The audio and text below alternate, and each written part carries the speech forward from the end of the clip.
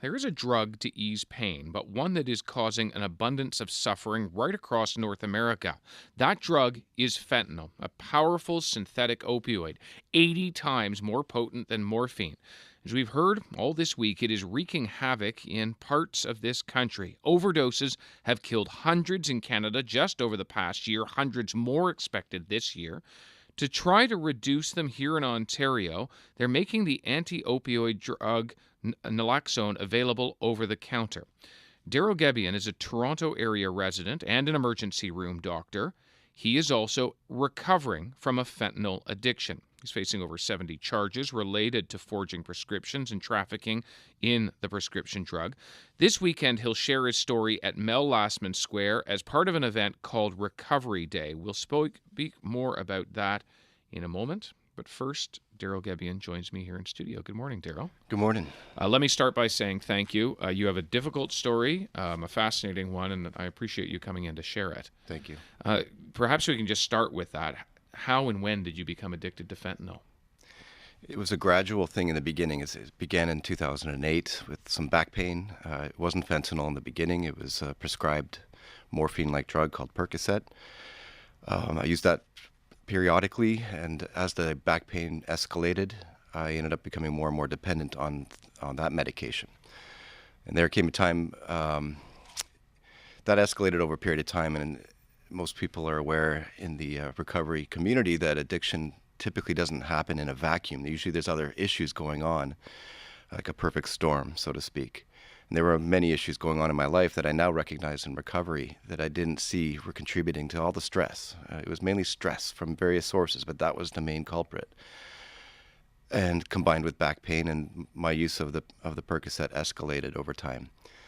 There came a time in May of 2014 where I was out of Percocet. At this point, I had already started feeling withdrawals from increased use. Started feeling ill, and I basically graduated myself to fentanyl. Which is much more powerful than Percocet. That's absolutely right, yeah. I knew it right away. I should have known, but that I was getting myself into dangerous water. But from there on in, it only took 6 months, fortunately, to spiral out of control. Came close to dying, but managed to make it through and into recovery now, and life is much better at this point. Was there a moment that you realized you have an addiction, that you need to do something? Yes, absolutely.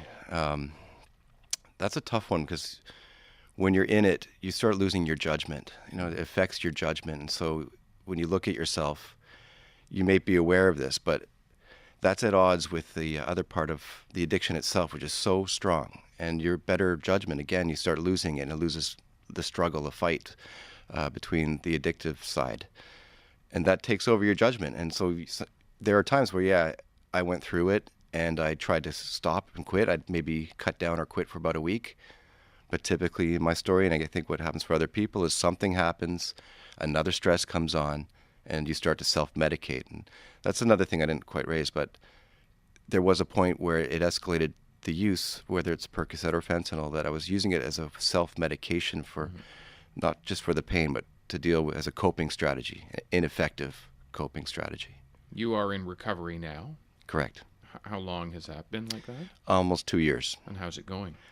Lately, great. I mean, it's been a very long, tough journey, but fantastic. I can't believe I'm even saying that because 2 years ago I was so miserable. I wasn't capable of feeling joy. I heard stories in recovery of people promising good things, and that if you just keep it simple and change some things in your life, that it'll get better. But I didn't want any part of that at that point. I was so miserable, in a terrible position. But that's changed just gradually, and with time, it's amazing how things progress. And they were right. There was a day where I noticed I'm having a good day, and then it was followed by a few bad days, like it typically was. But then more and more frequent good days started coming, and I was wondering, like, what is this? Is this the antidepressants I'm on? Is this, But that was recovery showing itself, that I got healthier, I got better. And lately, it's showing itself in great ways. My creativity's come back, my motivation. I'm present for my family and my friends. I'm more creative. You are one person who has gone through this, and there are many hundreds who are going through it now, and unfortunately many more who will go through it. When you see the scope of what is now being called a crisis, an epidemic in parts of this country, what do you think about what's being left in its wake? First of all, it's awful. I mean, it's getting so frequent now, becoming so frequent in the news, and it doesn't surprise me because of how powerful this drug is. People don't realize how potent it is. It's coming in different forms now, so sometimes people don't even know they're getting it. That's right. You knew what you were getting because it was via prescription, but yeah, I would know, but it's in powder form now, and this is the latest thing where it's appearing mixed into heroin. And so the user has no way of titrating the dose, meaning that they don't know how strong or potent it is, and by the time they inject it, it could be their last breath. It could be too late. So it is frightening. The good news is what you brought up earlier on, though, about the naloxone, and that's the antidote kit. And it's available widely available at pharmacies across Ontario, and that is a temporary solution. I mean, we're here today to talk about the bigger solution, which is recovery, but to prevent these doses, it's vital for the users, their families, and their friends to have this kit with them, and this can save lives. Even every frontline police officer in Vancouver is about to be carrying one. Why are you sharing your story? It's a very private, I suppose, in some ways, embarrassing thing. Yeah, it is. I have yet to share my story, really, from start to finish. It still carries a lot of the emotion with it, and it's really difficult to go through the whole story. And the story is still going on. I'm still in the process. But it's my hope that to help others. I mean, as a person and as a physician, and Annie here is on the same journey, to share the message of recovery, that we're here, we understand what it's like, we're here to help you, you're not alone, and to encourage people to it's awful. The position I was in the worst part of the addiction, I was alone, and keeping the truth from people, and it's an awful way to live, and we're here to try to get people out of that desperate, awful life. Darryl, thanks very much for sharing this account. That's Darryl Gebien. He's works as an emergency medicine physician. He is now in long-term recovery from a fentanyl addiction. He will be talking about that addiction at an event called Recovery Day at Mel Lastman Square. It's taking place on Sunday. Anne-Marie McCullough, the co-founder of Recovery Day, and she is herself in long-term recovery. She is in studio. Good morning, Anne-Marie. Good morning. Darryl's just shared his story for us. Why is it important to have people like Darryl share those stories? I think the most important part of the stories is the relatability. The feelings that people go through are always the same. It doesn't matter if the stories are different about what substance they used or what behavior they were exhibiting. The bottom line is we share a common feeling, and by relating our stories, we are able to say, "Oh, me too.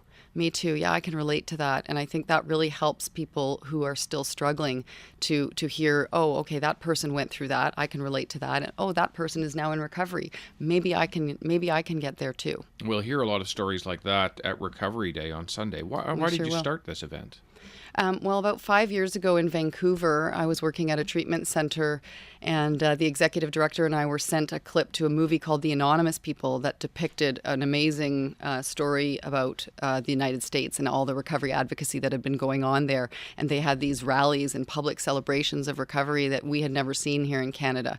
So we saw this clip and thought, yeah, we're going to bring this idea to Vancouver. And it was hugely successful that first year in 2012.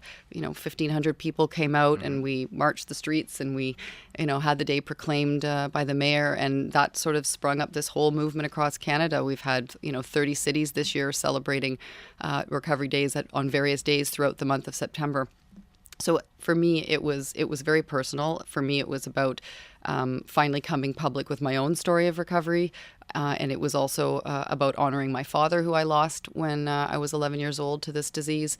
And it's really, for me, my recovery is all about giving back. It's about being of service. And so putting on an event like Recovery Day is about giving back. It's about showing people that there is hope and that recovery is possible, and that fits in line with who I am today. Who's it for? Is it for People like you, people like Darryl, or is it for their families? Is it for the public? It's for everybody. I said yesterday to Darryl, I mean, there's twofold reasons why we hold Recovery Day. One is for people like Darryl and I to actually be able to have a day where we celebrate. This is not an easy journey. I'm not going to tell you it's easy, but it is the most rewarding journey you'll ever take if you take the invitation into recovery. So it's for people like us to be able to have a day to celebrate, and then it's to give hope to those who are still struggling. You know, we have 25, I think, sort of different service providers on Sunday that will be there to talk to families, concerned others. You know, there's a need to get this information out. My new role is setting up a new addiction charity in this country, because there is no currently centralized place where people can go and find out exactly what services are available. So this is what Recovery Day is about, and it's my purpose is to help people find the help that they need, and to have no shame, no stigma, no discrimination associated anymore ever again with addiction or with recovery. Darryl, you're still in the earlier stages, I suppose, of recovery. Right. What do you say to people who are struggling with an addiction in the way that you have been struggling with an addiction? I think it's important to start listening to, when I was going through it, to listen to my conscience. I don't want to tell people what to do, but what I did. But try making good decisions. I got derailed because of a series of bad decisions. To also be careful. I mean, that's obvious, but sometimes to an addict who is desperate and in a terrible place, they may lose those defenses. I think it's important to try to reach out. That's really helped me in recovery. I used to, it's natural for me to internalize. That's the key word there. But I've learned to just speak out more and talk about, believe it or not, my feelings, which is what my wife has been telling me for years and years. I finally got it. You know, if I speak about my feelings, people can latch on and understand a lot better. What's the message to people like your wife, loved ones who are out there? The message is definitely one of hope and change.